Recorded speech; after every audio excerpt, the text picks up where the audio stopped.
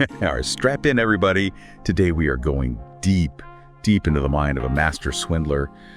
You shared Joseph Kid Weil's autobiography with me, and wow, this guy's life. I mean, talk about a wild ride. I can't believe some of the stuff that he pulled off, and getting it straight from the source, his own words on how he ran these incredible cons. I mean, where do we even begin? It's pretty incredible, isn't it? I think what is so insightful about this, getting this firsthand account is that we're not just looking at how the scams work, the mechanics of it, but we're also getting this peek behind the curtain into Weil's worldview, like how he actually saw human nature, how he justified what he did. And that's a perspective you don't get very often. It's kind of unique. Yeah, it's like watching a magic show, but you're actually backstage seeing how the tricks are done.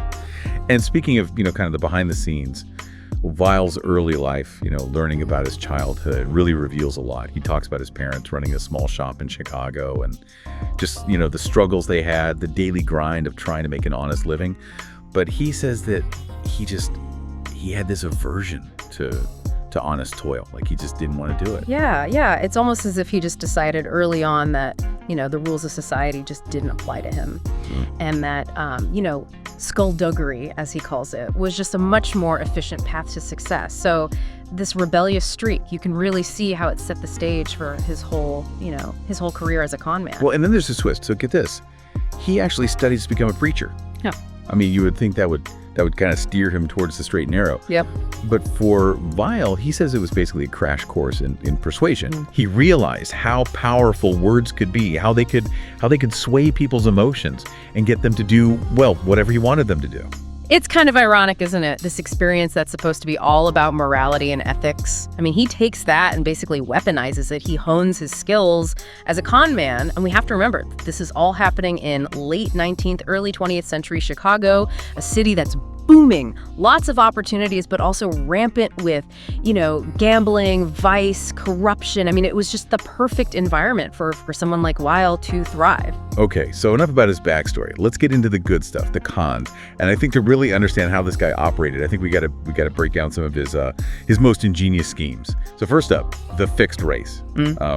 Here he's targeting this guy named Marcus Mallister, who seemed to have a bit of a gambling problem. Yeah, and Weil, he sees that right away and uses that winceness masterfully. So what does he do? He creates this elaborate scenario with a fake telegraph office, a bribed constable, even brings in another con man named Weil and says this is his brother-in-law. And this is all to convince Mallister that he is getting, inside information about this horse race that's rigged. But it's not just the setup, right? I mean, Weil really, he gets how to manipulate people psychologically. He uses misdirection, he uses time pressure, creates this sense of urgency, this manufactured urgency, so that Mallister can't think straight. Yeah. Like it's classic con artistry, but done with such precision. And I think what I find especially telling is that, he was willing to bribe a law enforcement officer. Like that shows that he has no ethical boundaries. It's not just about, making a quick buck. It's about exploiting the systems of power for his own personal gain. That manipulation of trust, it reminds me of another con that Weil pulled off. The get-rich-quick bank. He and his partner, they basically tapped into that human desire, we all have it, greed, by promising huge, just enormous returns on small investments. It's kind of like, like a pyramid scheme before there were pyramid schemes. But there's a real psychological brilliance to it, too. I mean, they create this illusion of exclusivity, like telling their victims, only a select few can get in on this. This is a once-in-a-lifetime chance. Right. And that triggers, it triggers FOMO, fear of missing out, which, let's be honest, drives a lot of our decisions, especially when it comes to money. And then to really reel them in, they return the initial investments with a small profit, just to build trust and get them ready for the big kill. Yeah. It's like they understand that part of our brains that just craves instant gratification, and they exploit it. And speaking of playing onto buyers, let's talk about the Allisium Development Company. I mean, come on, who gives away land? This one almost seems too crazy to believe. But I think that's why it works. I mean, Weil targeted people's aspirations, this deeply rooted desire for upward mobility, for a piece of the American dream. So what is he selling? He's selling worthless swampland in Michigan, but he dresses it up. He's got fancy brochures, he hires an architect, and he even uses family connections just to make it all seem legit. Yeah. He creates this elaborate visual panorama. It shows this beautiful clubhouse, all these landscapes. Like, it's paradise, right? But of course, it's all fake. Of course. It's all smoke and mirrors, but it's genius because he understands the power of visual persuasion. You know, a good story combined with some tangible proof, and people stop thinking rationally, and it works because, I mean, he's tapping into these deep desires. The desire for a better life, the desire to belong, to own property. It's powerful stuff. All right, so let's shift gears a little bit. Let's go to a con that's, well, a little bit more, I don't know, magical. The money-making machine story. This is one that I think people will find really, really fascinating. Yeah, this one really shows Weil's skills as a showman. So he convinces this guy named Swartz that he can make duplicate bills using this mysterious machine. Of course, it's all sleight of hand. It's misdirection. He gets Swartz focusing on a specific serial number on the bill while he's swapping it out for a fake. Oh, and the bank test. Oh, right. He sends Swartz to the bank with the duplicate bill, knowing that it will pass. But this is about more than just the money. He's using social proof to really seal the deal. Right, exactly. So Swartz goes to the bank, the bank, the ultimate symbol of authority and legitimacy. And the teller accepts the bill without a second thought. It's like, think about it. It's an expert just endorsed this whole scheme. And in Swartz's mind, that's it, I'm sold. That just shuts down any doubt. So we see how Weil uses misdirection, how he uses social proof. He plays on emotions like greed and FOMO. It's clear he's a master manipulator. But what I think is really unsettling is how he seems to justify all of this, to rationalize it all. Yeah, that's where it gets really interesting. Weil's autobiography, it reveals this very cynical view of human nature. And I think that is key to understanding how he justifies all of his actions. We'll unpack that more in a minute. Okay, so it's pretty clear we've established that Weil is a master manipulator. Yeah. But what really got to me reading his autobiography was how he sees the world. He just has this underlying belief that most people, they're just dishonest, that they're driven by greed, that they're easily swayed if you just give them a good enough pitch. It's a pretty bleak outlook, but to understand how he justifies what he was doing, it's crucial. I mean, if you believe that everybody's already playing a crooked game, then all of a sudden your transgressions don't seem quite as bad. It's almost like he's saying, look, everybody else is cutting corners, so why shouldn't I? But that just seems so, I don't know, so flawed. I mean, his cons, they ruined people. People lost their savings, their homes. Some of them, I think, even lost their sense of self-worth. Right, exactly. It's a dangerous way to think. And it's especially concerning because he often targeted people who were already, I don't know, looking for those shortcuts to wealth. They were willing to bend the rules, to break the rules, to get where they wanted financially. So it's not like he was conning random people. He was picking out people with a very specific vulnerability. He saw that people wanted to get rich quick, and he gave them what they wanted, at least on the surface. It makes me wonder, outside of all the cons and schemes, did he have, I don't know, a sense of a personal code? Did he draw any lines anywhere?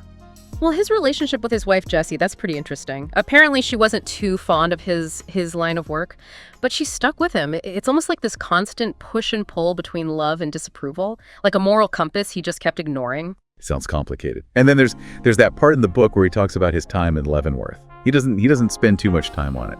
But his observations of the prison system, they're pretty insightful. It's like he sees the same kind of power dynamics and corruption, even in a place that's designed to punish those things. Yeah, there's a definite irony there. Right. He's surrounded by criminals. Many of them were caught for the exact same things that he was doing. But he's still watching, still analyzing, still looking for those angles. It almost reinforces that cynical worldview that we were talking about.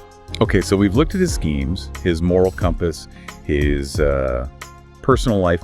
What are the big takeaways here? What can we learn from the yellow kid beyond, don't get conned? I think on a practical level, his autobiography is a great warning sign against falling for get-rich-quick schemes. These promises that just sound too good to be true. It reminds us to be skeptical, to not be, blinded by charisma, and to really look for substance behind all the flash. It also shows how powerful persuasion can be. Like how easily we can let our emotions cloud our judgment. Yeah. And that's even more true when you're dealing with somebody who knows exactly what you want, exactly what you desire, and knows how to use that against you. And maybe even more importantly, I think Weil's life brings up some pretty big questions about human nature itself. I mean, are we all susceptible to dishonesty? Is there a point for everyone where ethics just don't matter anymore? It's a bit unsettling, but it's something we all need to think about. Here's a thought. If Weil really believed that everyone was already dishonest, was he really doing anything wrong? Was he just playing the same game as everyone else, just, playing it better? That's the real question, isn't it? I mean, if you believe that everyone is dishonest, does that make it okay to exploit them? Or, even if Weil believed it was okay, did he actually cross a line? We all like to think that there are lines we wouldn't cross, but where are those lines, really? Yeah. It's easy to look at Weil and say he was a criminal, he was a manipulator, he took advantage of people.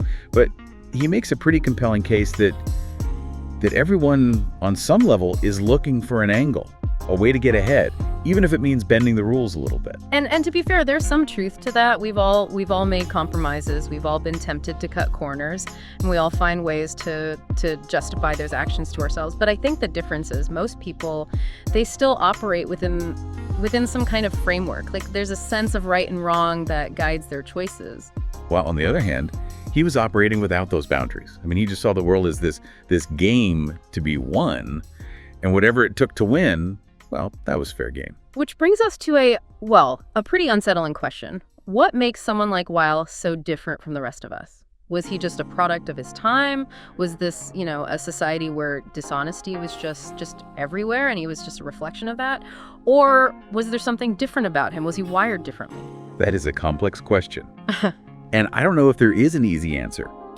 But maybe by trying to understand the mind of someone like Weil, a master swindler, maybe we can become more aware of our own vulnerabilities.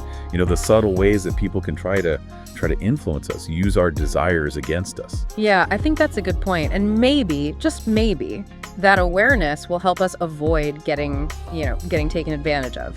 Because unfortunately, manipulation and deception are more common than we'd like to admit. There's one final part of Weil's story I think we need to look at.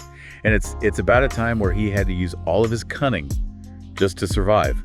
It's funny, for a guy who made his living swindling people, Weil sure did find himself in some pretty sticky situations. Yeah.